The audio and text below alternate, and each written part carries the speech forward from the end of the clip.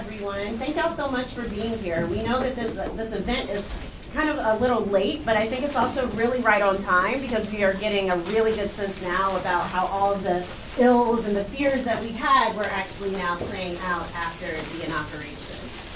So as you know, as of, I wrote this down, as of January 20th, the Trump administration has issued 73 executive orders, 23 proclamations, and 12 memos, focusing on areas as broad as foreign relations, as well as things that are domestic, targeting organizations such as businesses, as well as higher education, and of course, private citizens. And this is what we are calling kind of Trump 2.0. The escalation of many of the attacks against race consciousness, against anti-racism, that he began in his first term, which ended in 2020, have now just come rearing back, actually seeming much more coordinated this time than it was the last time. So what we want to do, of course, many of these proclamations, the EOs, et cetera, are of extreme dubious legality. And we have many lawyers out there, including many of our own faculty who are out there in the trenches fighting these EOs and these proclamations as being clearly and quite outstandingly illegal in many ways. But part of the problems that we've seen, and I know one thing I want to talk about, and I think the other panelists as well, have been the ways that these have actually been received on the ground, even with their dubious legality. And so what we're going to do today is talk about a couple of issues that are of particular prominence for issues of racial justice. And so we'll have Professor Cheryl Harris, and she's going to talk about the anti-DEI, getting rid of DEI, excising it out of the federal government. And we'll have Professor Ahilan Arulanantham,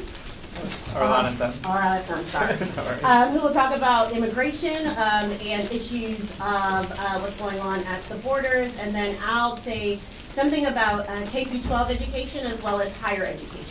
But we are going to start with Professor Harris, who is going to talk to us. She's going to present a couple of slides here. We'll move out of the way and we'll go there. Oh, as far as format goes, we want this to be a conversation and we have lots of time. We don't expect ourselves to be up here talking for very long. And so I'll be moderating after everyone has done somewhat of their presentation, and then we'll turn it into a conversation and discussion for all of us to engage together. All right. Thank you, LaToya, and thanks to everybody for coming. I hope that we do have an opportunity for conversation because, as she mentioned, while we knew this was coming, it still is a shock to the system. It's kind of like if you have to take a cold shower, you know, your mind knows what it's going to feel like, but when it hits your body, it's another story. And I feel like that's been like, it's been hitting my body, what's been happening recently. And so actually having an opportunity to process this with you all is, I think, very helpful. So I have a couple of slides because, I'm chronically like that. But those of you who are in my class know I'm so sorry. But anyway, I wanted to basically tee up this question about the anti-DEI project in the context of the federal government, as a way of tying it into what I see as being the overall project here, and one which I think we need to name in order to be able to fight it. So the first one is to basically just look at the two executive orders that pertain to this. One is this one that was, both of these were issued, I think, on the same day, basically ending radical and wasteful government DEI programs and preferencing. Of course, the language is designed to actually make the ideological point right from the beginning. To claim EDI is illegal, right? To claim EDI as a form of discrimination and a form of racial preferencing, and directing basically everybody to every federal agency to excise it from their terminate any and all DEI and environmental justice offices and positions, and to provide the director of OMB with a list of any such programs in the agency. There's a second executive order that is the companion to this one, that in addition to attempting to excise it out of the federal government itself, to basically make sure that any federal grantee or any federal contractor also excises it from their program. So now let's think about who is a federal contractor. Who has grants from the federal government? right? That's virtually every university in the country, which will tie into what Professor Baldwin Clark has to talk about. But the scope of this is quite stunning. So essentially the same move with respect to anybody that does business with the federal government. And with respect to that one, the chilling part, again, I didn't want to just belabor the language, but the chilling part about that one is it also says that it requires grantees and recipients of government funds to certify that they do not engage in any illegal DEI, and it threatens them with basically private enforcement mechanisms. So this was, the second part of this is to also ensure that you actually weaponize a degree of conservative sort of legal activism to go after any contractor that fails to certify or certifies falsely. So fortunately, we have at this point an injunction that was issued, I believe, yesterday or in the last couple of days, issued by a district court of Maryland. I put the link up there. But basically, the court said this is really a problem for a number of reasons. That is, the effect of the EO and the certification requirement is a form of viewpoint discrimination, because it's basically threatening to eliminate the promotion of DEI without a similar restriction on anti-DEI, right, is in effect a form of viewpoint discrimination. Moreover, the court said this language is incredibly vague. What is equity related? What is a DEI initiative? And during the hearing, the court noted that the government lawyers refused to clarify what this means. So the possibility of arbitrary enforcement, the vagueness, the fact that it's a non-neutral mandate has so far held this off. But I think, as Professor Baldwin Clark mentioned, the real objective here is less a question of getting this actually through all the legal hurdles. I think Trump, we shouldn't underestimate it, nor should we underestimate the sort of hostility of the federal court system generally to any form of anti-racist policy or discrimination, anti-discrimination or anti-racist policy.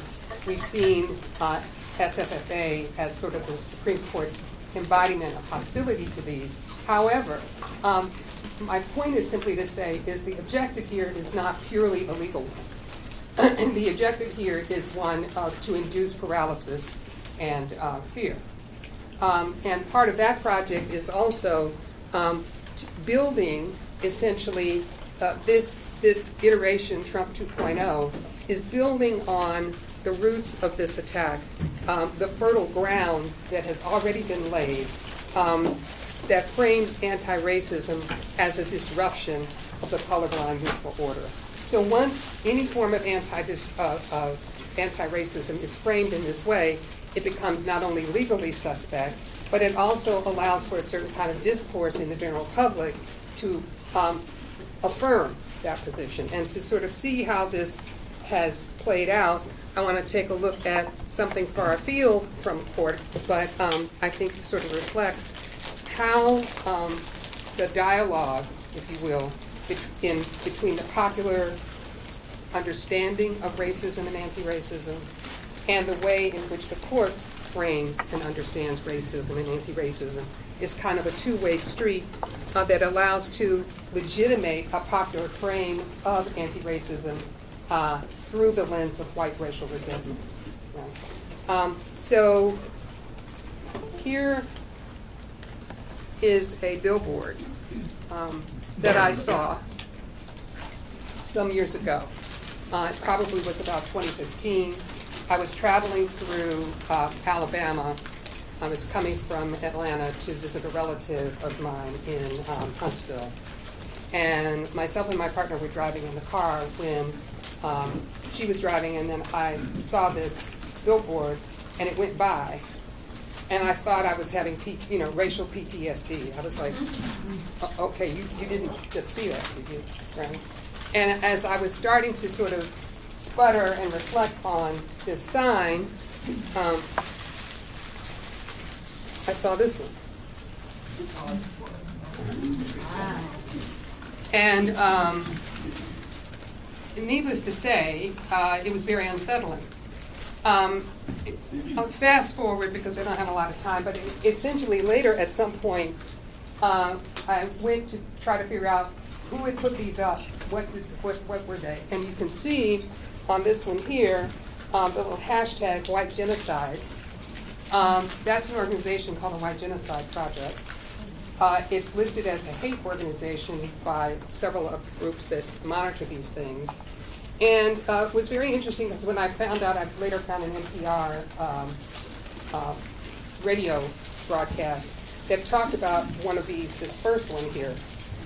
It had been put up in a little town called Harrison, Arkansas, that had a history as a sundown town. I don't know if you all know what sundown town is, but it's basically one in which black people understood that they were not to be within the jurisdiction any time after sundown. But this predominantly white town that had been known for its racist practices nonetheless had a chamber of commerce and some kind of community board that reacted very negatively to this sign and said, you know, this is not how we want to be represented.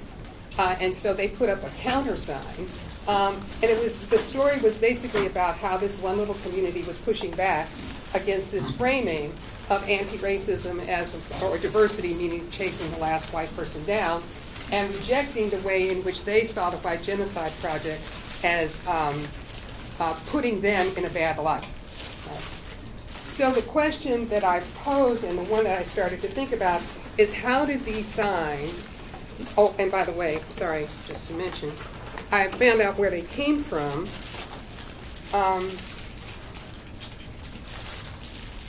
This framing actually came from a particular organization, a racist organization, that was headed by a man named Bob Whitaker, who had previously, a long time ago, worked for the federal government, came out of that and started doing what he perceived as a kind of appropriate activism. And this was the mantra that he developed. This became picked up by a lot of white supremacist organizations. You can see it's basically a kind of argument. It's the Great Replacement theory, sort of run through a kind of contemporary language. And he saw that it was important to actually, and his followers, not a big group, but that they saw really that it was key to actually reframe anti-racism as a form of racism. This was their project to push this out there. And thus, you have these billboards.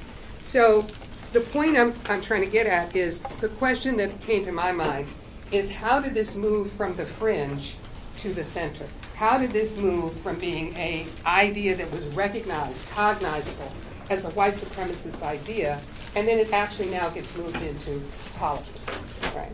It's now actually moved into the mainstream. It's arguably a platform of the Republican Party, right? So how does this happen? And I guess, because we've got a lot to cover, there's a lot to be said about how this happens. This doesn't happen all at once, nor does it all happen, just in this particular moment. But I think what it speaks to is that the moment that we're in is one of crisis, not just a constitutional crisis, but certainly that as well. One in which we are facing what might be called, and what has been called by some theorists, a moment, this is Gramsci, the crisis consists precisely in the fact that the old is dying and the new cannot be born. And in this interregnum, he says, a great variety of morbid symptoms appear. These are morbid symptoms. And it's a symptom of a system that can no longer deliver, right? Not just for people of color, but for anyone, in terms of its commitment to an accelerated form of extraction, accelerated form of kind of taking from the bottom and redistributing from the top, which is essentially what this new budget deal is about, and using and investing in the forms of white racial resentment in order to sell it. Right? The twin ways in which race and sort of this capitalist form of extraction have really accelerated in this moment have produced the kind of public discourse that allows for a sign like that to be seen as normal, right? And to be accepted as legitimate, even as there is plenty of room and I think plenty of people pushing back. My point is to say we do, I think, face some very serious challenges at the moment, but they should not, in fact, I think, delude us into thinking that it's just about this one particular attack. This is a prong of a much bigger attack, and that, in fact, is both daunting but also an opportunity. It's also an opportunity to think about how these struggles are connected, how, in fact, for example, the weaponization of the fight against immigrants is a central part of this project. I mean, this is exactly what this is, right? So this is an opportunity for us to think about where we can make bridges in terms of addressing this crisis. I want to actually, like I say, leave some room for comments and opportunities to think about how and in what ways we respond. But I did just want to put on the table that one of the important parts of this is to recognize that the project of the executive orders is to actually push institutions to anticipatory compliance, to obey in advance, right? And part of what I'm here to say is don't do it. Don't obey in advance. And so with that, I think I'm going to turn it over to my colleague.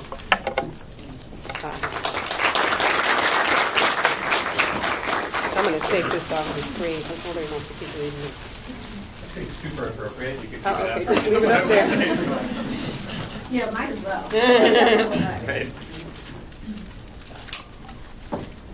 Well, thanks very much for the invitation to join this panel, and it's actually been really helpful for me because I and other people working with me, Hiroshi and others working with me at the Center for Immigration Law and Policy, are very much in the weeds of analyzing and in several cases now challenging different aspects of the Trump immigration policies that have already come into force. And we actually filed a lawsuit last week challenging the termination of temporary protected status for people from Venezuela, which I'll talk about in a little bit. And I think other ones coming soon. And it's actually useful to step back a bit, because from my perspective, one of the things that I at least did not do as much as I probably should have in the first Trump administration is to try to kind of analyze and theorize conceptually a little bit what is happening, much in the way that Cheryl was just talking about, that Professor Harris was just talking about. So I'm happy to be able to do that here for just a little bit. I want to try to take a few minutes here to understand some of the attacks on immigrant communities that are happening now through the lens of two principles of critical race theory. And one of them is an idea that I think is very familiar to people who are steeped in critical race theory, but not always the way people outside of that approach think about law, which is that legal concepts are themselves always being shaped by social and political forces, including structural racism. And so they can change, because those forces obviously are operating constantly and they change. So what counts as discrimination, as Professor Harris was saying, or property, or violence, those things can change. And they change in real time, sometimes for the better, sometimes for the worse, as these forces move and transform concepts. Another one, which is also I think a very sort of important tenet of CRT, as I've at least come to understand it, is that the world is not naturally progressing towards greater racial justice. In fact, I remember LaToya telling me specifically, like, hey, that many people in CRT view this as part of the foundation. It's a little bit odd. It's a common liberal tenet, that idea. It's also embodied in the great statement of Reverend Dr. Martin Luther King, right? That the arc of the moral universe is long, but it bends towards justice. I think that's an important article of faith, and it produces hope, and it allows people to struggle for a better world. But also, I think it's important to realize that sometimes things get worse. That it doesn't naturally happen that way unless you think of the arc being really, really, really long. And you can think of mass incarceration, for example, or lots of times where we might instead say history is repeating itself, or even if not repeating itself, it's rhyming. And here in this moment, I actually think both of those tenets of CRT are clearly on display in what is happening right now in immigration policy.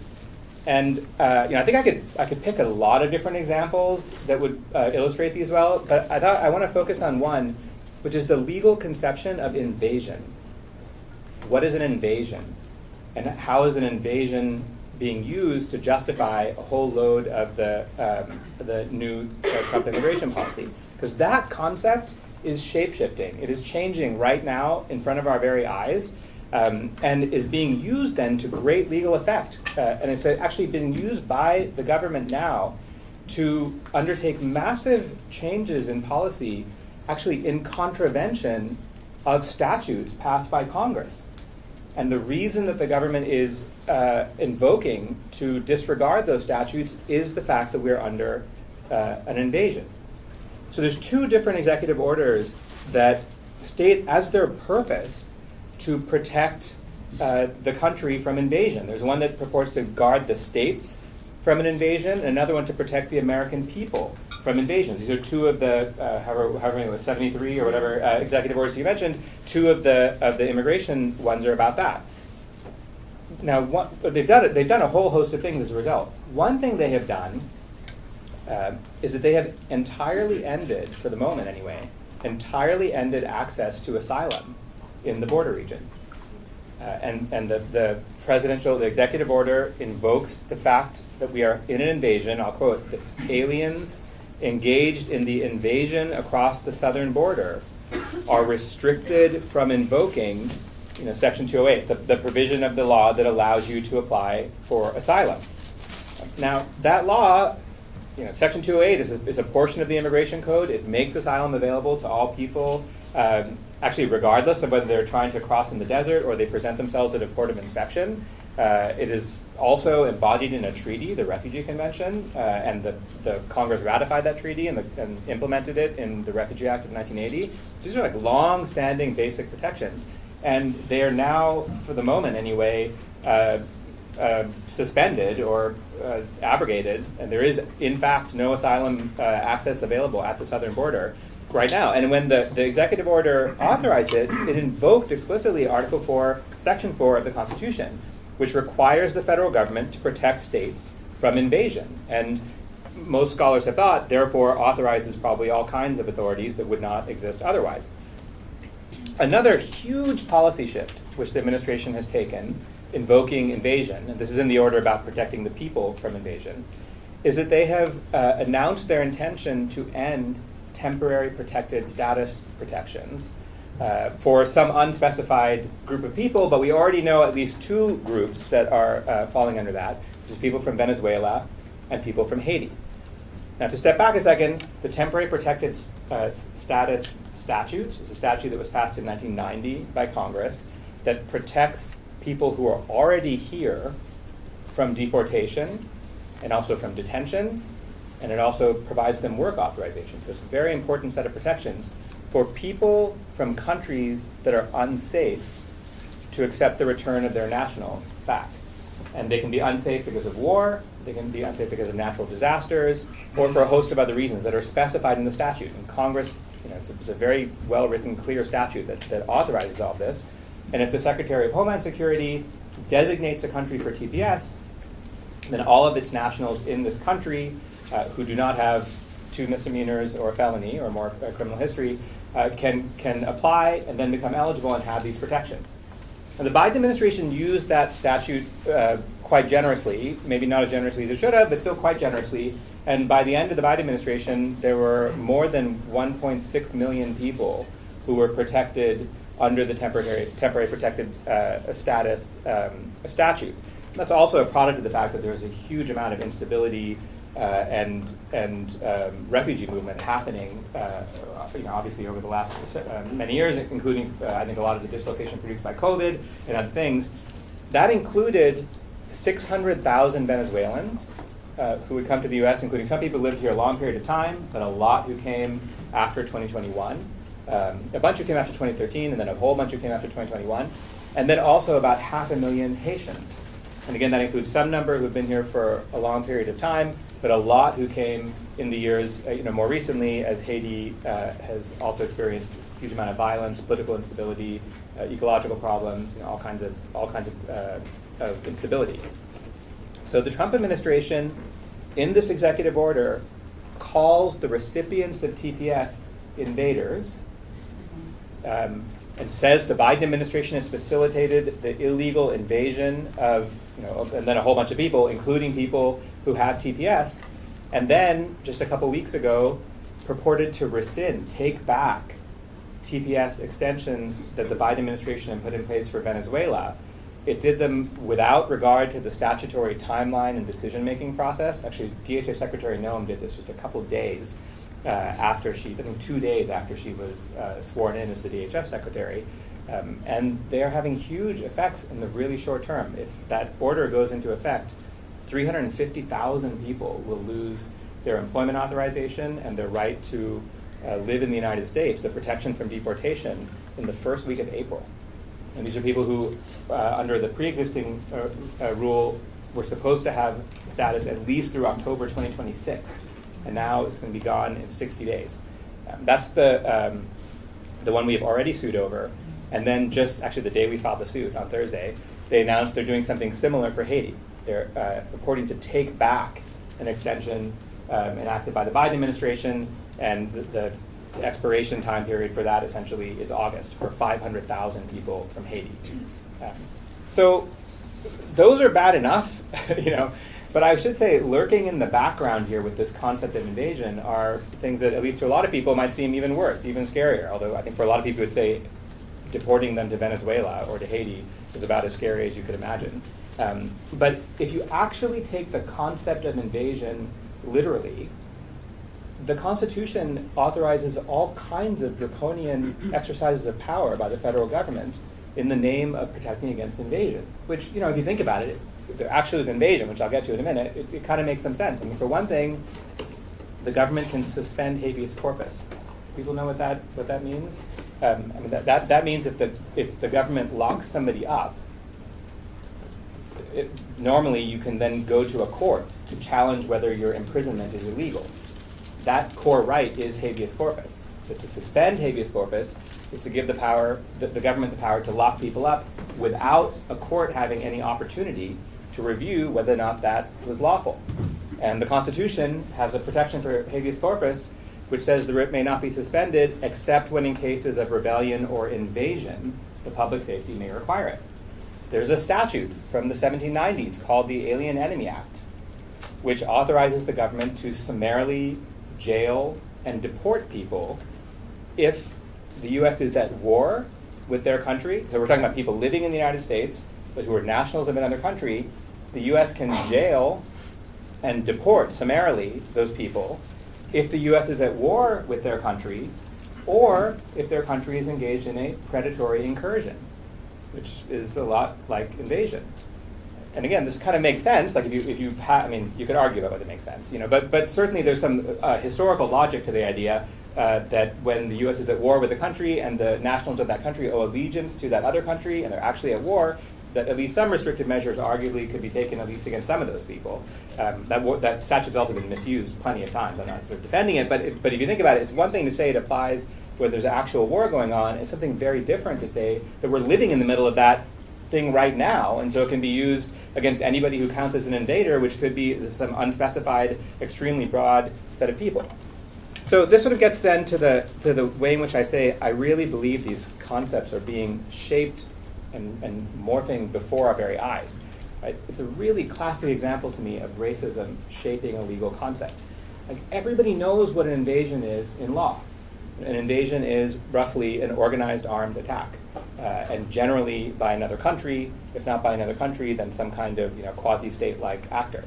And there's a load of law about this, and the law goes back all the way to the time of the founding and before that, because obviously people talk about this. James Madison, who owned enslaved people, and it's not necessarily the person you'd want to always cite as like important authority, but he did write a report in 1800 about the meaning. He wrote about a bunch of things, but included in that was the meaning of the term invasion, and it means the same thing in our common conception. That's also how it has always been understood to mean. It's some kind of organized armed attack. But now we can see in real time these kind of racist ideas coming into the mouth of the president and other people in the government, and they are bending the concept by repeatedly calling refugees invaders, calling people who are coming here to work, or because they're scared of returning to their home country, or because they want to join their family, or whatever all the reasons are. None of the reasons are the kinds of reasons that are actually associated with invasion. And yet, by saying it again and again and permeating it throughout the culture, the term itself is shifting, and now it is becoming a legal concept. And this sort of ties into the other tentative CRT that I wanted to just mention briefly, which is about history not necessarily progressing and sometimes repeating itself, or at least rhyming.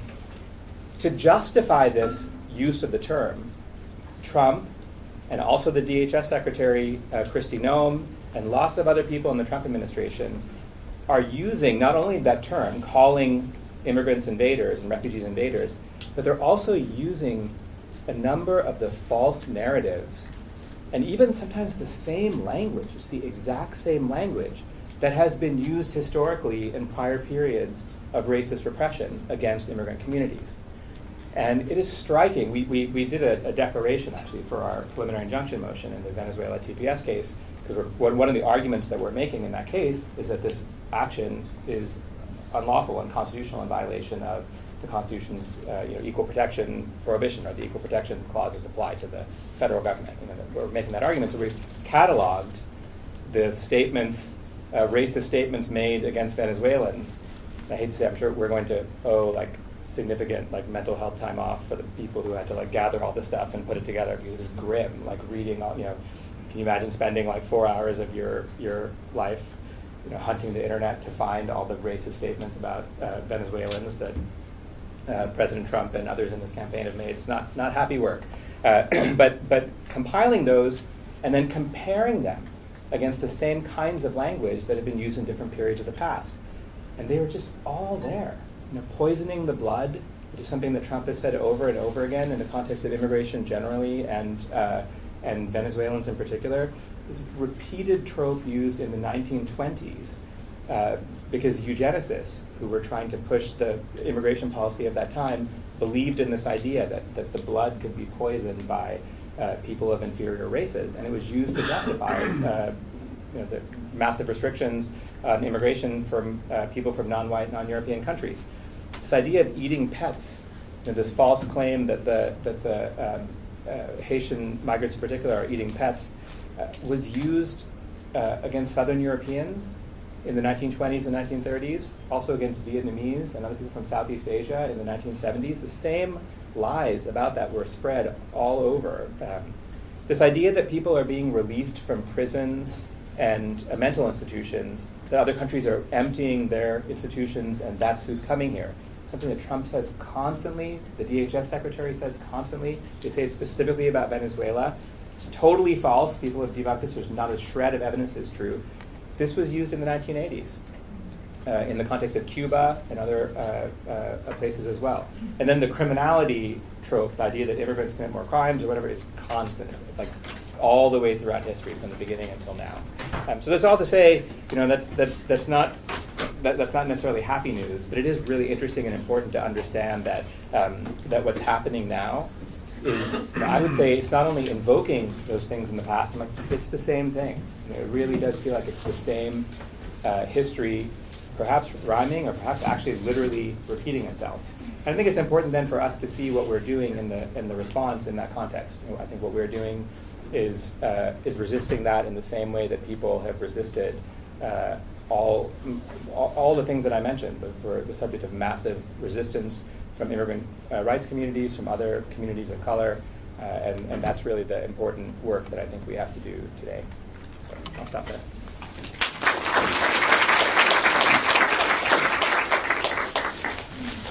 I don't know if I'm as organized as my colleagues, because I've been thinking about this a lot. So I'm going to talk a little bit about education, and I'm going to focus on K through 12, although I think that what's going on in higher ed is very much a part of it. I don't think we've really listened a lot about what's happening at the K through 12 level in ways that I think are even more concerning. So as many of you know, how is education set up in our country? It's set up mostly at the local level. And we have states that oversee what's going on at the local level, and then we have the federal government that has its own Department of Education.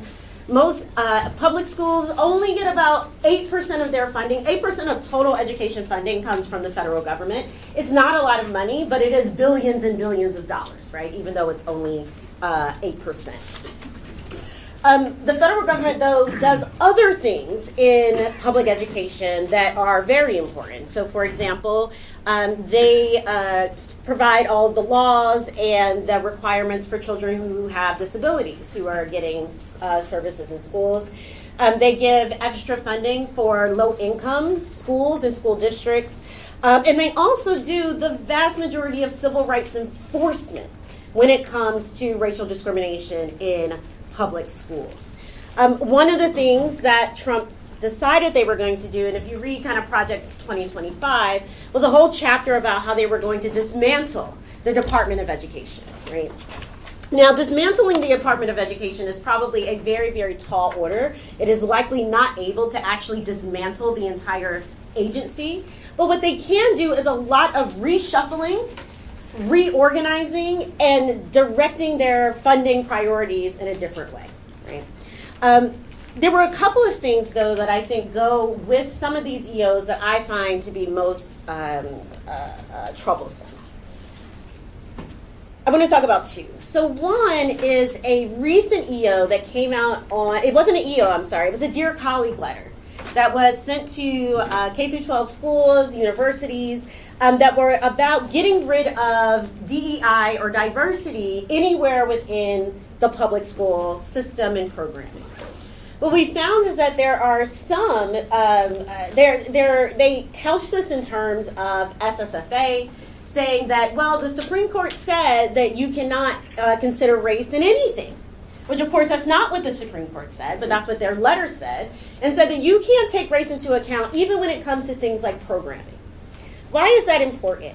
What we found is that there are some school districts who are voluntarily, with this anticipatory compliance, getting rid of things like black student unions in public high schools, getting rid of these affinity groups for groups of students that they've created for themselves that are not exclusive of other groups, that don't tell children that they cannot join a group because of their race, but they're disbanding these groups altogether, anticipating that this is something that they're going to need to do to comply with orders that are coming down the pipe. I find that to be really, really concerning. On the one hand, I think that, like Professor Harris said, complying in advance is not what we should be doing right now, right? But we have some of these local school organizations that are incredibly vulnerable, that don't have the same type of legal teams out there that, let's say, a university like the University of California can, who are not only being targeted from above, but remember that many of the anti-CRT movement was coming from below. So what we have now is we have the same people who were pushing against things like CRT in schools in 2020, 21, 22 are now being emboldened by what's coming on from up top.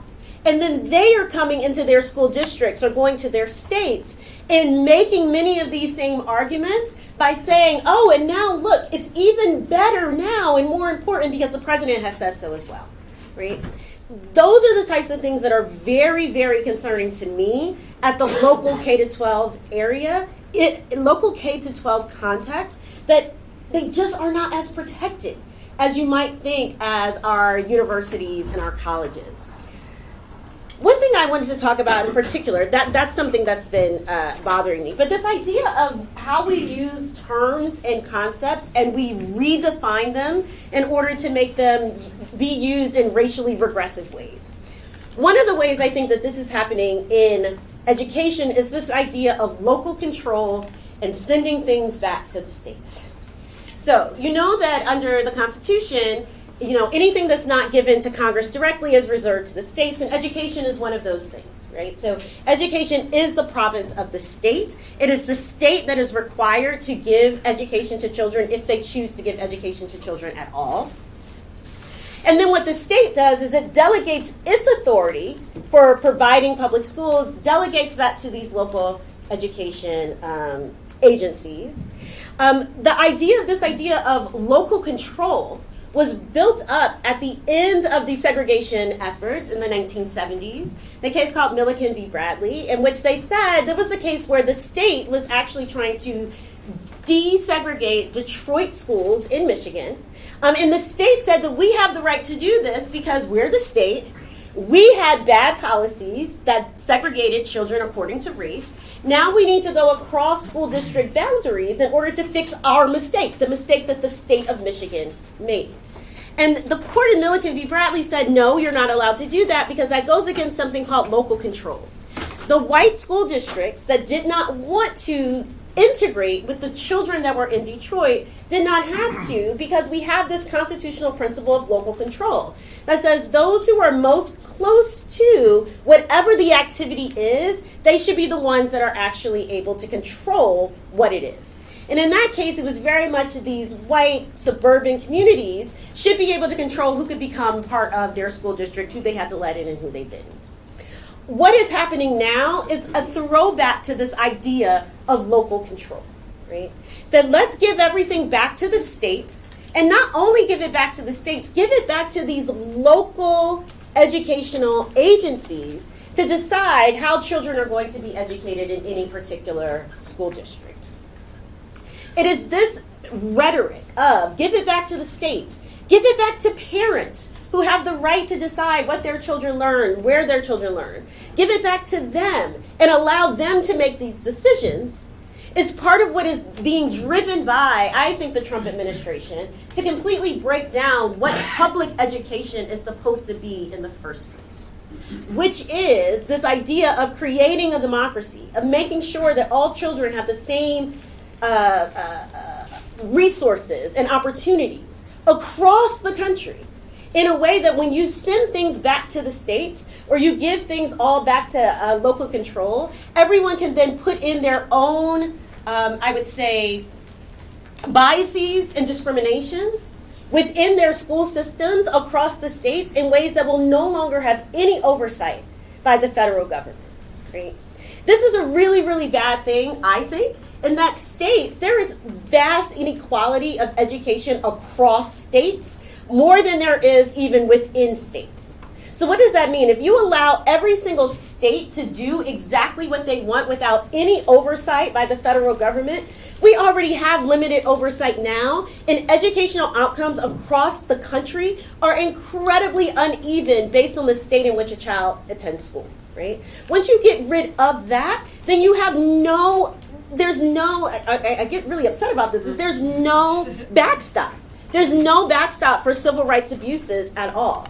And especially when the particular Dear Colleague letter that came out on Valentine's Day was particularly said that it was, they were fighting against the racial discrimination against many white, and then they throw Asian students in there, and I think they just do that because this is being recorded, that's okay. But against many white students, and saying that that's where the real discrimination is. And, who is that actually targeting then? It's saying that racial discrimination is no longer racial discrimination. Anything that you try to do that has any negative effect on a group that you think is being targeted, then those are the things that are no longer able to happen at schools, right? So is it the case that having a black student union is discriminatory against white students? Is it the case that having any of these types of affinity groups, let's say even among parents, is that something now that the school districts are no longer going to allow to actually happen? I apologize that I'm not being, I don't think, as cognizant or as coherent. But there's so many of these things that are happening at the K-12 level that are just they are so troublesome to me. And a lot of it is because I don't think that at the K-12 level there is enough protection on an individual school district basis for them to withstand or to say we're not going to comply, because what happens if they do have to comply and they lose funding for this or they lose funding for that? The last thing I'll say, how do I know that this is happening? I was just looking it up. So the federal government runs schools, Department of Defense schools. And as many of these, the public defense schools, so for example, there's a school in Germany that's run by the Department of Defense that now has disbanded all of their affinity groups and saying, because the federal government says that we can't have this. There's no way I see that we can look at this and think that this is not going to start happening also in school districts in the United States. And the problem is that, too, the states are really, really, really, really bad when it comes to civil rights. They're horrible at it. That's one of the reasons why the federal courts were such a bulwark in protecting people for their civil rights. Every time I hear send things back to the states, I get very, very, very concerned about civil rights enforcement when we put everything back into the state's hand without having any federal oversight whatsoever. While the administration says that they want to dismantle the Department of Education, I don't think that that's actually what they want to do at all. I think that if you really wanted to get out of the business of education, you wouldn't be telling people that their children can have affinity groups in schools. You wouldn't be saying that children with disabilities, one thing that he wants to do is move the IDEA, the Individuals with Disabilities Education Act, move that entire program into Health and Human Services rather than keeping it in education, which is where it belongs, right? And so there's just all of these different things that are working across in the education space. And not to mention, Professor Harris and many other colleagues wrote a wonderful Dear Colleague letter that got released last week, right? That was, again, about this anticipatory compliance, even at the university level, of saying that anything that has to do with race is per se illegal, which is completely just not true. And her letter does an amazing job of doing that. I'm hoping, one of the things that I've been thinking hard about is even in my own school districts and the ones that I'm aware of, is to start writing some of those letters myself to say, look, you do not have to do this. This is what the law says. This is what the law means. That is of dubious legal quality. But to me, it worries me on the small level in that it's like it's going to be whack-a-mole, one school district at a time, one state at a time. And you can't trust even a state like California to be a state that's going to protect. So, for example, there is a law that was recently put forward by Republicans in California that are trying to stop the state from enacting its ethnic studies high school class requirement, right? And saying that the content of these ethnic studies courses need to be better vetted and scrutinized, right? Because they're afraid that there are anti-American lessons that are being taught. There are some foreign policy questions that they don't like the way that they're being taught in the ethnic studies. But this is happening in California. And it has a very strong basis of support. But that's not coming from the Trump administration. That's coming from Californians here. And so as all these different school districts are trying to fight these different mandates and these different pressures that are coming from all of these different areas, they are just incredibly vulnerable and don't have anyone who's actually fighting for them to provide the type of education that we've decided as a country, this is the type of education our children need to have, or decided as a state, etc. All right, I'll get off my soapbox. Yeah. So I think what we want to do now is open it up, have questions, have a conversation. What are the things that y'all are thinking about? Of course, there's things that we haven't talked about that are incredibly important. And there's other faculty in the room who also may have ideas or things that they want to kind of bring up to the group. So I'll field the questions, but let's just have a conversation. Yeah. This is for Professor Arulanantham. I was wondering, so I'm in political asylum right now, so just the INA is all my business. On the international stage, how is this going to look on America when we're taking hundreds of thousands of people who are potentially refugees or asylees or asylum seekers? If we have a duty of non-refoulement,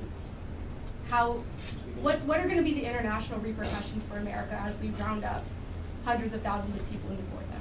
Yeah, so that duty that she's talking about is the core treaty obligation the U.S. has an obligation not to send someone back to a country where they could be persecuted under the Refugee Convention. And it was very clear, there's no exception written in this order for that. Some of the early litigation about this actually already has been challenged, is sort of asking the government or asking courts to say they have to at least do the very minimal screen that's required by that treaty, and also the Convention Against Torture, which requires that people not be sent to places where they could be tortured. And they didn't do that, and perhaps that'll be one of the ways in which people can kind of cut back at this.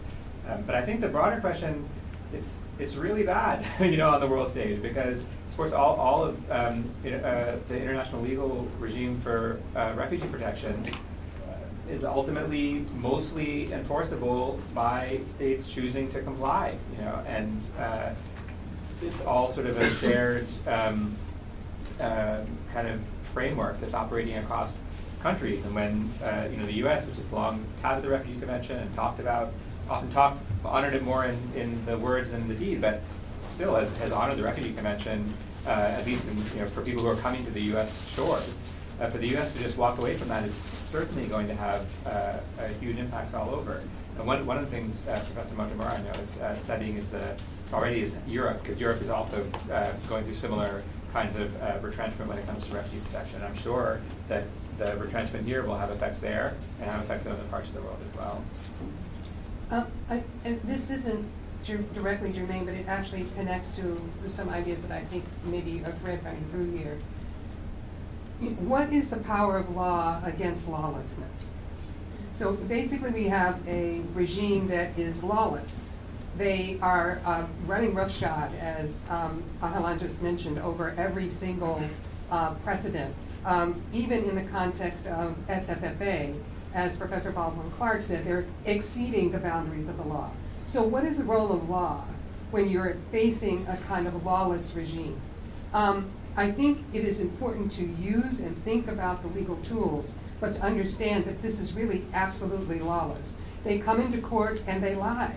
They come into court and they change their story. How many different ways have they represented who Musk is? He's an employee. He's not an employee. He's the head of Doge. He's not the head of Doge. They have no boundaries. And so it really falls back to the question of understanding the relationship between organizing and law. And oftentimes I think there's a way in which, and I know I've thought this myself, that law is irrelevant, that it's all about organizing, or sometimes you encounter people who think the reverse. These things cannot be thought of as sort of separate domains, because the question that you raise, which is essentially the U.S. behaving in a lawless manner in the context of international regimes, what are going to be the ways in which the law, in fact, is very good at pointing out the contradictions. The question is, what next, right? What it seems to me is maybe another thread that's running through this, and I was thinking about this when you were talking, is the importance of knowing your rights. Knowing your rights is not sort of self-executing, right? The fact that you know them doesn't mean that they will be observed, right? But it does mean that you are equipped to some degree in a way that you are not. And so just as immigrant communities are taking that up, I think schools need to take that up. I think institutions need to take that up. I thank you so much for giving me the credit for the letter, but all I did was sort of do a little twist and sign on. I'll have to say that some of our other colleagues did the laboring more of that, for which I'm very grateful. But the point I guess I'm making is the point of the letter was to know your rights, right? And I think that to me is kind of a thread that runs through whether we're talking about the international arena, state, local government, federal government. That's kind of where I think we are.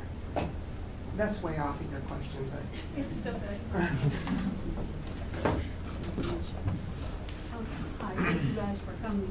I'm fascinated that, during colonial times it was called conflict, but now it's called engagement. When you're doing it now, or when you have policies, applications, and all this other formal legal process, and now it's an invasion. When you were invading, it was called conquest.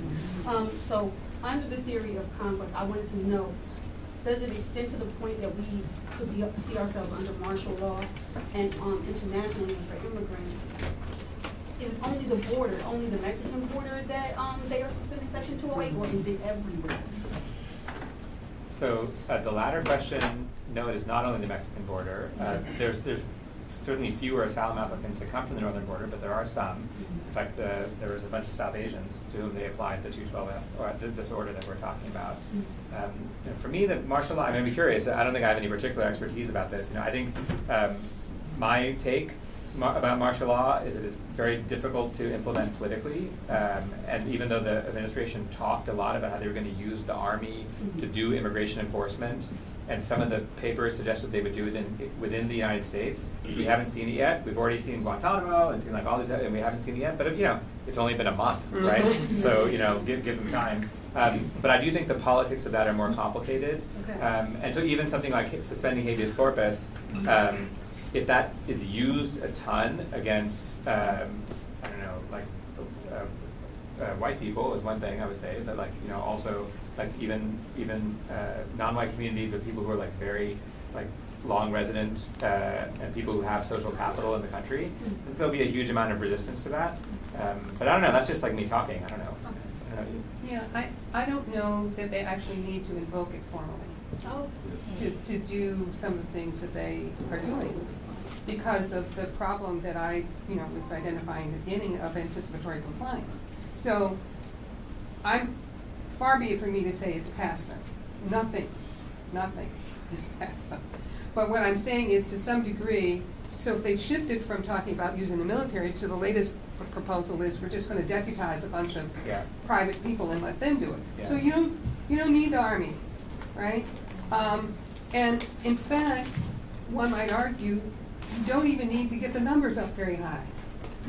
If you actually look at the number of people that were deported under the prior regime, under Obama, right? The numbers actually exceed what Trump did, if I'm not mistaken. Yes, absolutely. So I'm saying you don't actually need formal declaration of martial law.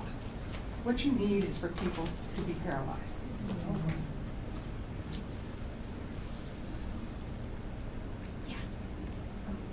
My question relates to dual citizens. I know in the talk we discussed how... So far, can you speak up? I'm sorry. My question relates to dual citizens. In the talk you mentioned how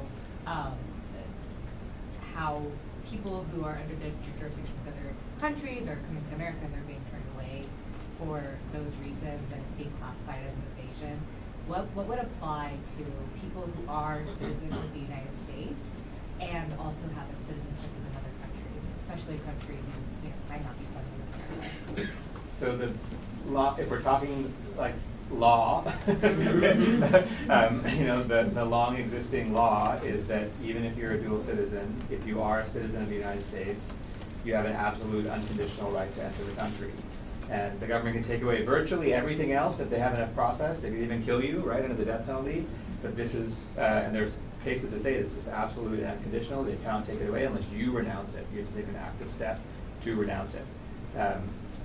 So that's the law, It is also true that the government is now saying that lots of people who were born in the United States, me as it turns out, are not U.S. citizens, because of either their parents were here on non-immigrant visas or were, are undocumented.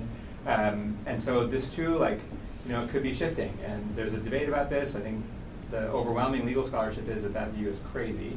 And even the attempts to publicly defend it are vastly different legal theories, neither of which make any sense, or even more than two.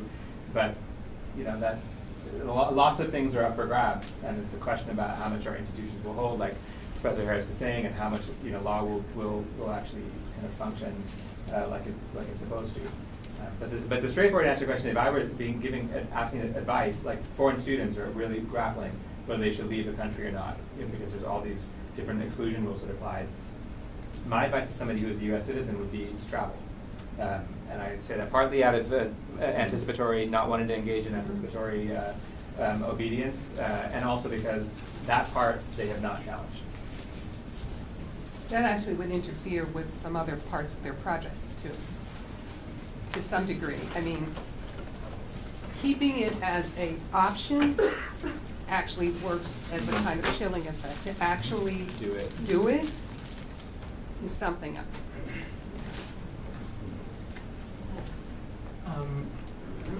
How much is protest in the streets still a mechanism that works? We'll see, won't we? No, I'm serious, we'll see. I mean, in a way, it means that kind of, what do you mean, what works? What does Yeah. working mean, right? And I think that it has always been the case that protest in the street, I think, is valuable and useful. And part of it, too, is because of the issue of, we're not just fighting in the law, we're fighting in the rhetoric, we're fighting in the getting people to understand. Like, there are all these other ways that we need to be pushing. And part of it is to push other people in their own minds and to gather community and to have mutual aid and to do all these things that still need to be done on a very local level. Mhm. I think that getting out in the streets and protesting is exactly what we still need to be doing, even more considering that how do you protect yourself, or how do you fight against the lawless, right? It won't be through law. It has to be through some other way. I think to the extent that, history is any lesson, Brown got passed in 1954. It did not get enforced. It did not get enforced until there was organized, sustained protest. And if we understand that as the relationship that I was trying to allude to between law and social understanding, the law, in fact, for a bunch of reasons that we can go into, changed, but the actual capacity of the system to change did not happen until people pushed it to change. And so it's never the case that I think these things can happen alone. One of the things that does happen, and I think Professor Baldwin Clark was just alluding to it, is it's true that to some extent protests can be an exercise in seeming like preaching to the already converted. But that's not always the case, because part of what has to happen is the sense that we are not alone, and the only way that that happens is if we can see each other, right? And so we'll see, though. We are going to see, for sure. I mean, there was, someone had written on Twitter or Threads or something where Donald Trump had written something called, like, Long Live the King. And someone wrote, remember the last time that happened in this country when someone declared themselves to be the king? I would say, I also agree that protest is absolutely essential. Another thing I would say is, I actually think litigation is also essential. I think they're both essential, and it's very hard to know what one would be like, their interactive effects.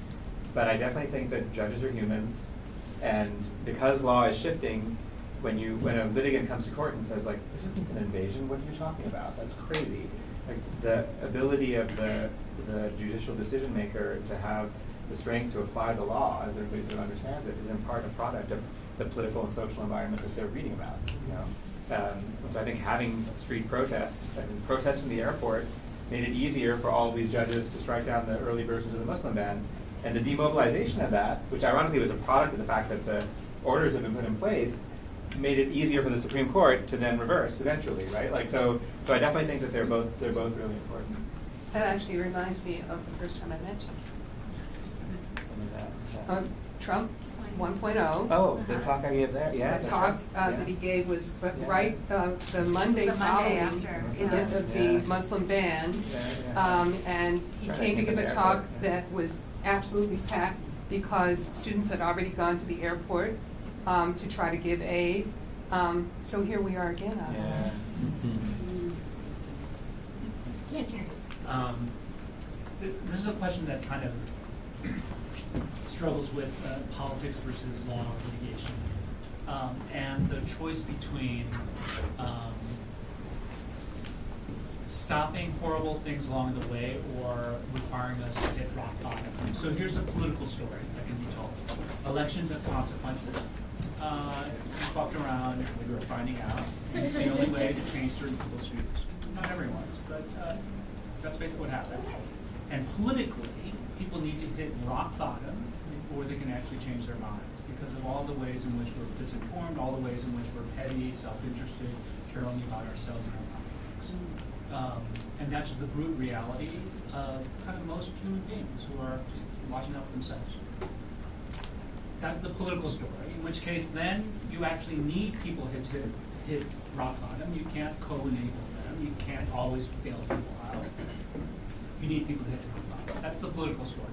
Legally, it's much more anxiety-producing because as you go down that slippery slope, you're creating incremental precedents that create disastrous consequences.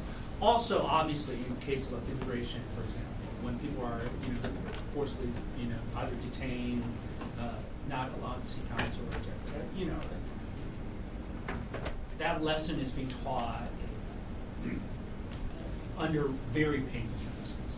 That seems disproportionate often in humanity. But I wanted to hear your views, as honest as you're willing to be, about the political analysis that wonders whether the country actually has to hit rock bottom, and whether small preventions of that actually allow the madness to continue in ways that actually over the long term does not serve this nation, and then whether the same analysis applies to law.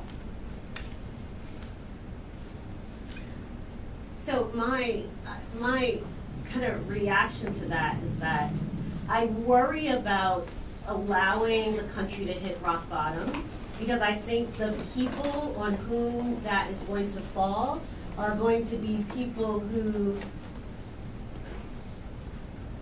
do not deserve to take on that heavy burden. It's going. I also think. I feel like I don't know what it would mean for the. I don't know what it would look like for the country to hit rock bottom. But my instinct is to say no. I don't want that to happen. I don't think that hitting rock bottom. I think rock bottom looks different for different groups of people. I don't think we would be able to actually agree upon what that bottom looks like or how we know that we've gotten there.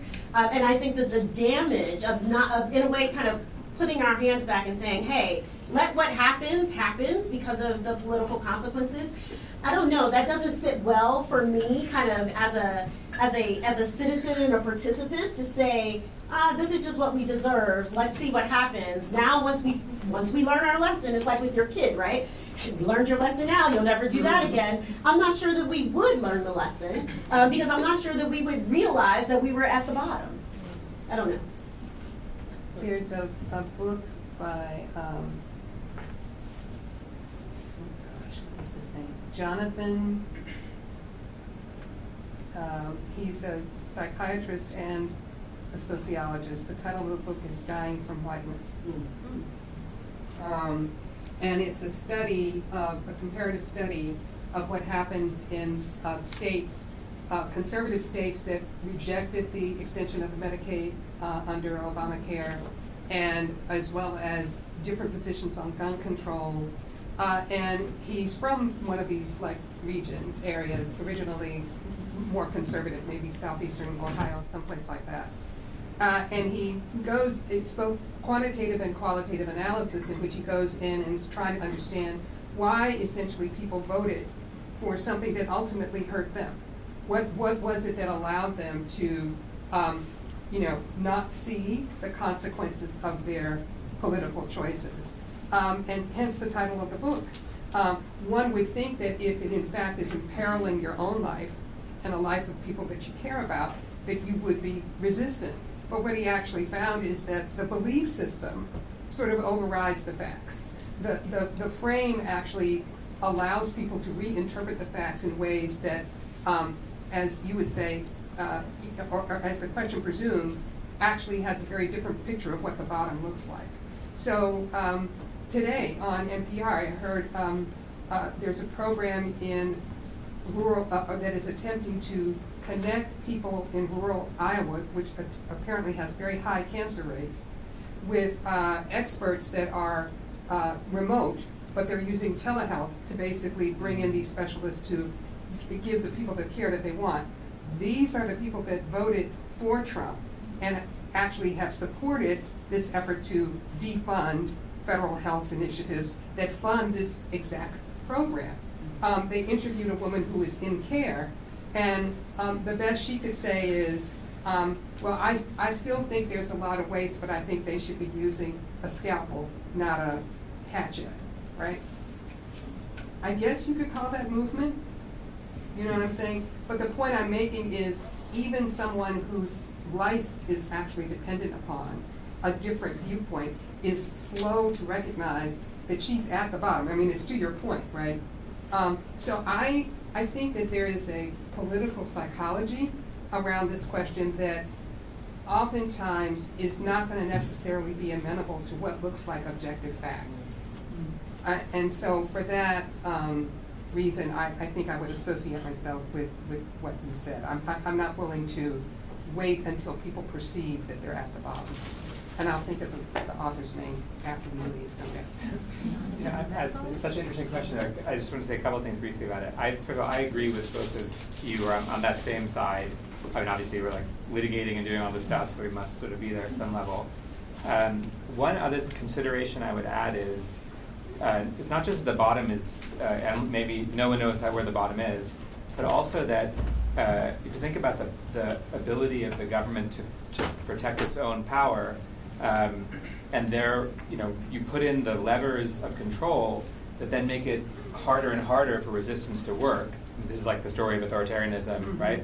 But it's also the story of the Supreme Court from Bush v. Gore to now. You make it harder and harder to undo the power that the court has, and as the doctrine entrenches itself, and then they can expand their power on the shadow docket and all these. Like, there's lots of ways in which this happens.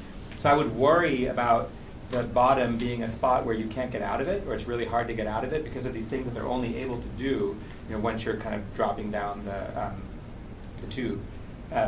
That being said, Jerry, I talked last week with several Venezuelan TPS holders and people from that community who were, from Republican community. I mean, I imagine probably, I would guess that the families of the people we're representing, I would imagine more of them are Republican than Democrat families, and a number of them were genuinely shocked that the administration had done this. There's just all this political support in Florida. I mean, Marco Rubio lobbied for the extension of TPS, and now he's the Secretary of State. And it is a little bit harder. I think there's something when you say that it's a little bit harder to stay up super late to represent people like that. We'll still do it, absolutely we'll do it. But it is a little bit tricky when you're like, you brought that. You're the people who kind of did this. So yeah, it's a complicated problem. Thank you to our panelists, and thank you to all of you for joining us today. And take extra lunch.